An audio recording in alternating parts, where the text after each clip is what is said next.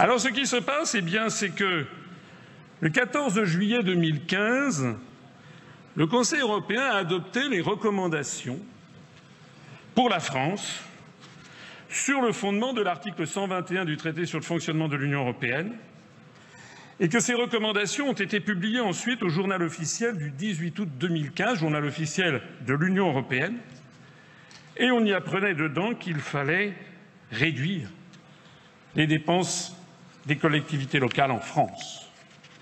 C'est la raison pour laquelle c'est sur le fondement de ces orientations qu'a été présenté par M. Macron, ministre de l'économie et des finances, le 13 avril 2016, c'est pas son programme, ça c'est ce qu'on fait croire aux Français.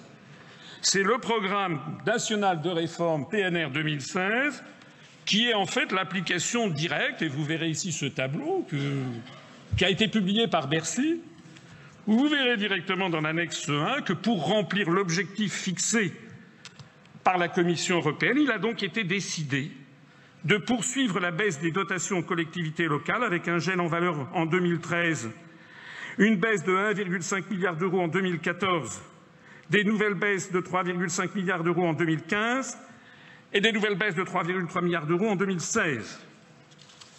Et comme le 18 mai 2016, il y a eu un nouveau rapport des grandes orientations de politique économique fixées par la Commission européenne qui demande expressément de poursuivre la baisse des dépenses des collectivités locales, il est prévu qu'en 2017, il y aura une diminution de 3,7 milliards d'euros des dotations de l'État. L'article 121 du traité sur le fonctionnement de l'Union européenne s'applique.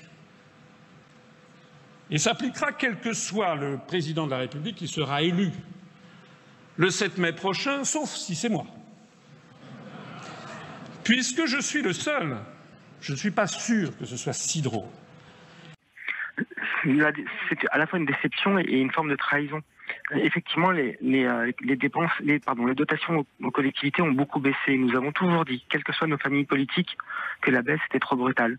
Le président de la République demande un effort de 13 milliards d'euros aux collectivités après les 11 déjà réalisés. C'est considérable et il nous dit changeons de méthode, faisons-le ensemble. Je ne baisserai pas les dotations de fonctionnement, mais on va travailler ensemble. Et quelques jours après, on découvre un décret supprimant certes des dotations qui sont sur l'investissement et pas le fonctionnement, mais supprimant quand même des moyens pour les collectivités.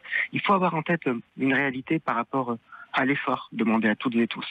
Les élus, tous les élus, n'ont jamais refusé de faire des efforts, à tel point que le rapport de la Cour des comptes de décembre dernier dit que les collectivités locales représentent 20% de la dépense publique et que sur les 3 dernières années, elles ont représenté 50% des économies réalisées pour faire baisser le déficit public. C'est dire si notre effort a été fort et en tout cas disproportionné par rapport à notre poids dans la dépense.